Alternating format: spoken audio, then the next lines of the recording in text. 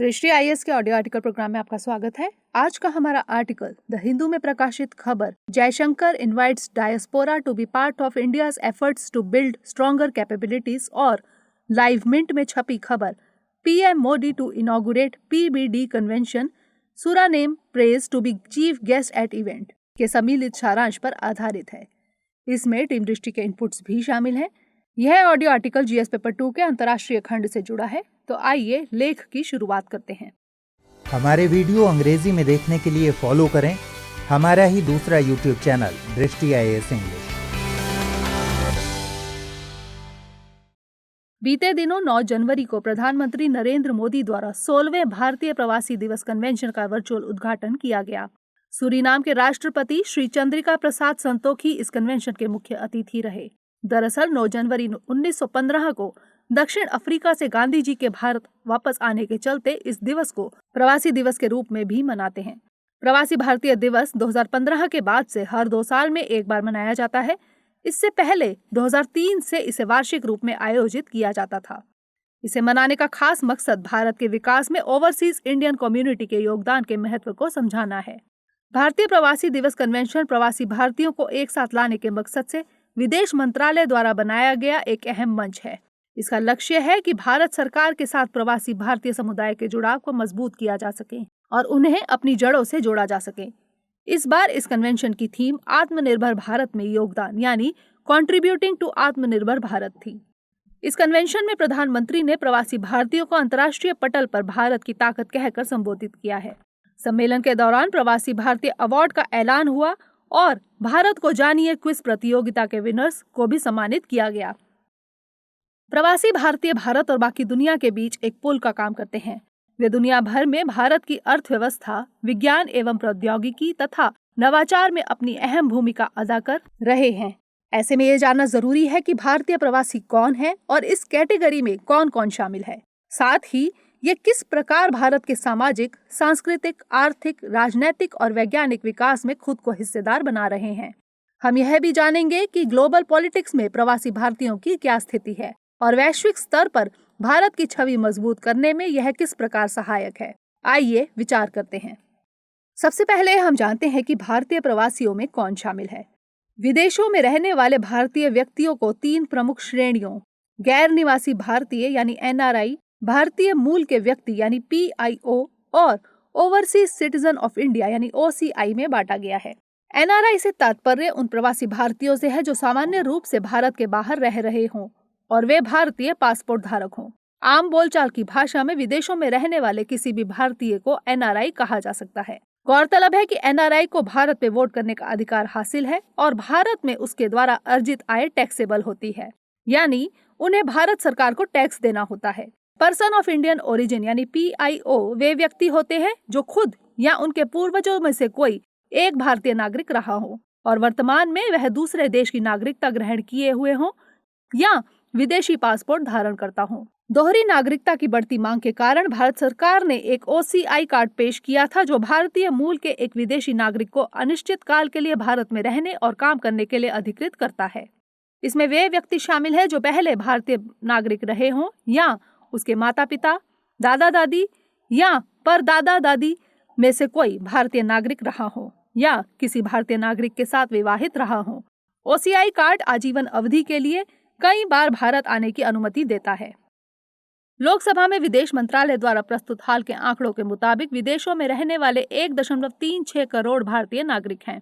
इन्हीं आंकड़ों की बात करें तो विदेशों में सबसे ज्यादा भारतीय संयुक्त अरब अमीरात में रह रहे हैं, जिनकी संख्या 34,20,000 है। ये आंकड़ा बताता है कि यह विदेशों में रहने वाले कुल भारतीयों की संख्या का लगभग 1/4 हिस्सा है। साथ ही भारतीयों की संख्या के मामले में दूसरे और तीसरे नंबर में क्रमशः सऊदी अरब और संयुक्त राज्य अमेरिका है। वहीं कुवैत और ओमान क्रमशः चौथे और 5वें नंबर पर है। गौरतलब है कि शिक्षा, रोजगार और व्यापार भारतीयों के प्रवसन की मुख्य वजहें हैं। इन सब बातों को ध्यान में रखकर यह जानना और जरूरी है कि भारतीय प्रवासी भारत के लिए अहम क्यों है। आइए चर्चा करते हैं कि भारत के लिए प्रवासी क्यों अहम है। भारत पर दुनिया के भरोसे का मुख्य कारण इंडियन डायस्पोरा है। वे दुनिया के किसी भी हिस्से में हों, पर वे अपने साथ भारतीयता को संजोए हुए हैं। वे भारतीयता को जीते, सहेजते और जगाते हुए भारत की सांस्कृतिक विरासत को विश्व भर में फैला रहे हैं और उसी का नतीजा है कि भारत का खान पान, वेशभूषा, पारिवारिक मूल्य एवं बिजनेस वैल्यू दुनिया भर में चिर परिचित है। इन शैली से जुड़ाव महसूस करने के कारण ही भारतीय प्रवासी ही नहीं बल्कि विदेश नागरिक भी भारत को देखने जानने आते हैं।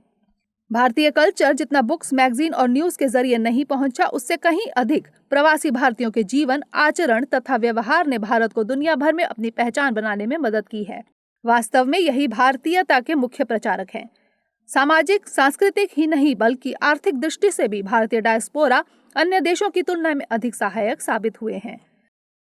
भारत के पास लगभग 17.5 मिलियन यानी दुनिया का सबसे बड़ा प्रवासी समुदाय है। ग्लोबल माइग्रेशन रिपोर्ट 2020 के अनुसार भारत विदेशों में रहने वाले इन भारतीयों से लगभग 78.6 बिलियन डॉलर रेमिटेंस प्राप्त करता है। विश्व बैंक के 2020 के माइग्रेशन एंड डेवलपमेंट ब्रीफ में प्रकाशित नवीनतम अनुमानों के अनुसार रेमिटेंस के मामले में भारत, चीन, मैक्सिको, फिलीपींस और मिस्र क्रमशः शीर्ष 5 देशों में शामिल है। भारत से खाड़ी देशों में अधिक प्रवासन का प्रमुख कारण वहां कुशल और अर्धकुशल दोनों प्रकार के श्रमिकों की मांग होना है। हालांकि कोरोना महामारी के कारण भारत के रेमिटेंस में 9% की कमी का अनुमान भी लगाया गया है। वर्तमान परिदृश्य की बात करें तो कोरोना महामारी ने बहुत से रोजगारों को खत्म कर दिया है, जिससे अधिक संख्या में लोग बेरोजगार हुए हैं। इस अनुमान के अनुसार पहली बार अंतर्राष्ट्रीय प्रवासियों के स्टॉक में गिरावट की संभावना है, क्योंकि अब नया प्रवसन धीमा हो गया है और देश वापस आने वाले लोगों की संख्या में इजाफा हो रहा है। इससे इतर देखें तो भारतीय मूल के कई व्यक्ति विभिन्न देशों में बेहद अच्छे और अहम पदों पर काबिज हैं, जो भारत की सॉफ्ट पावर पॉलिसी में बहुत सहायक हैं।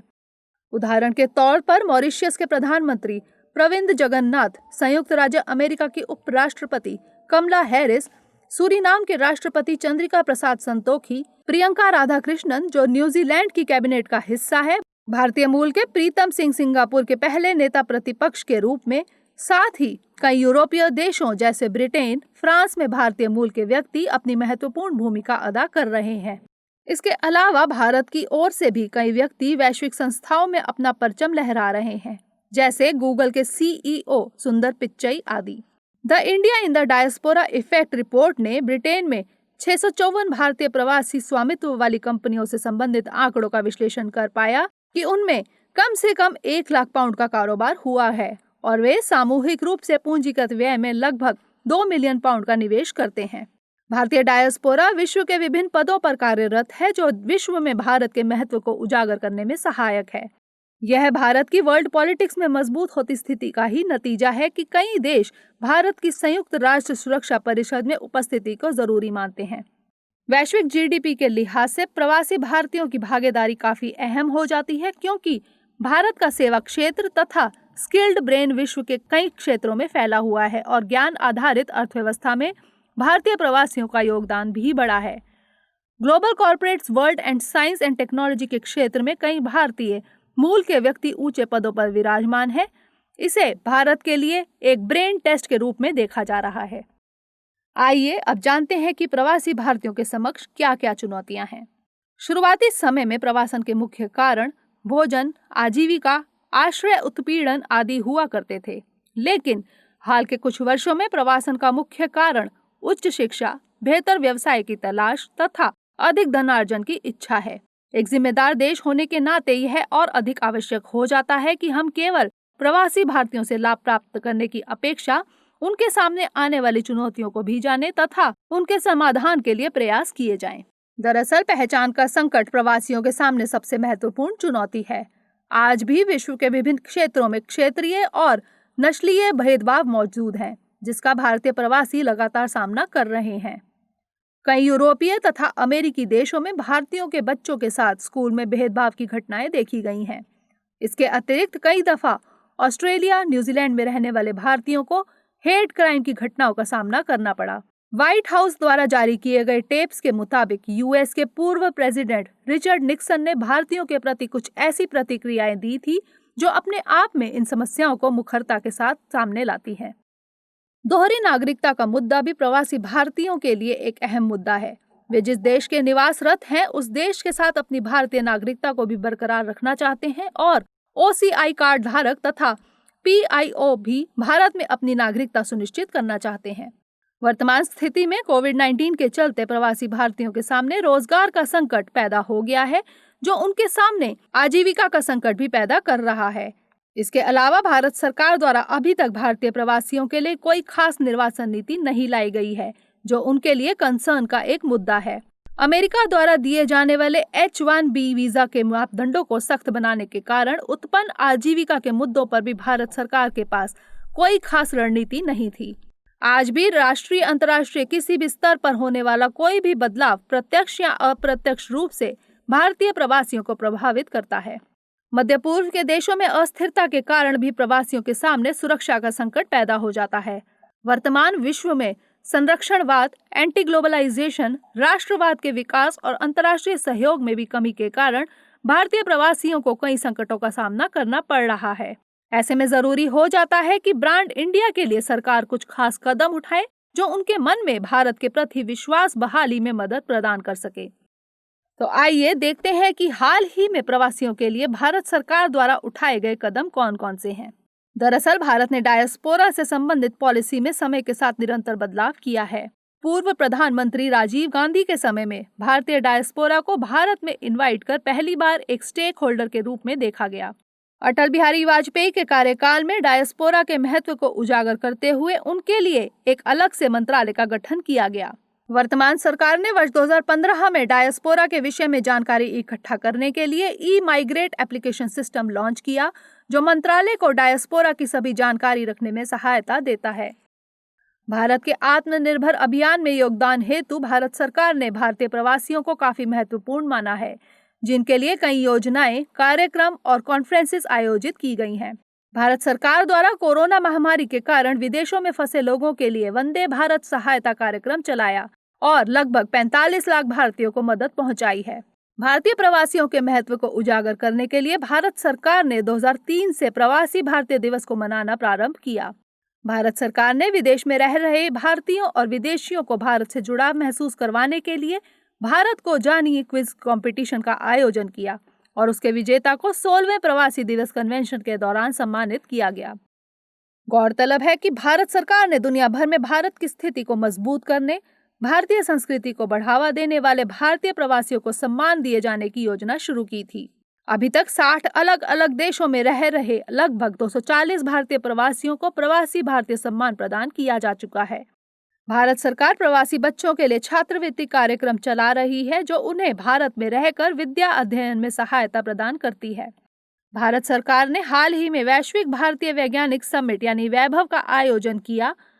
वैभव पहल का उद्देश्य उभरती चुनौतियों के समाधान के लिए विभिन्न देशों के भारतीय शोधकर्ताओं की विशेषज्ञता और ज्ञान का लाभ उठाने के लिए व्यापक रोड मैप को सामने लाना है और विभिन्न देशों में रह रहे भारतीय वैज्ञानिक और विशेषज्ञों को आपस में मेल जोल बढ़ाने के लिए एक मंच उपलब्ध कराना है।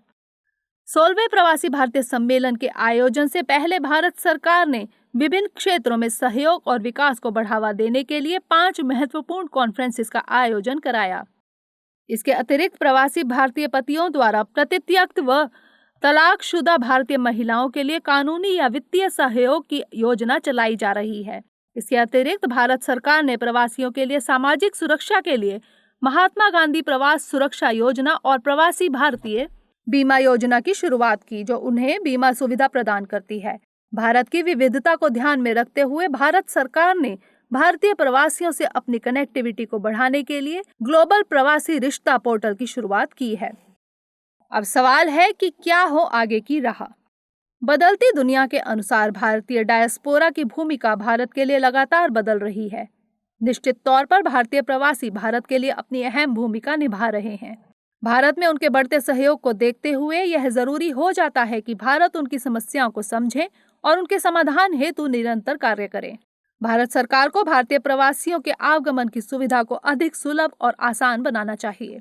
भारत एक लोकतांत्रिक देश है, ऐसे में एक एक वोट भारत के लिए काफी महत्वपूर्ण हो जाता है। ऐसे में यह जरूरी है कि भारत सरकार प्रवासी भारतीयों की वोटिंग प्रक्रिया पर ध्यान देकर उसे उनके लिए सहज बनाए। Make in India programme Bharat का एक फ्लैगशिप प्रोग्राम में जिसमें जरूरी है कि भारत सरकार अपने ब्रेन ट्रस्ट यानी प्रवासी भारतीयों का सहयोग ले और उन्हें यह महसूस करवाए कि भारत जो एक बड़ी शक्ति बनने की राह पर चल पड़ा है, उन्हें अपना अभिन्न हिस्सा मानता है। हालांकि भारत सरकार PLI स्कीम के जरिए प्रवासी भारतीयों को विभिन्न क्षेत्रों में निवेश के लिए प्रोत्साहित कर रहा है, जिससे भारत आत्मनिर्भर और सशक्त राष्ट्र बनने में उनकी भूमिका सुनिश्चित कर सके और आत्मनिर्भर भारत में इन्हें ग्लोबल ब्रांडिंग के रूप में लिया जा सके। यह भी जरूरी है कि इंडियन डायस्पोरा के हितों को ध्यान में रखकर उनके लिए कुछ सुरक्षात्मक कदम उठाए जा सके। विदेशों में हो रहे भेदभाव का विरोध कर उनके लिए नई नीतियों को लाने की जरूरत है।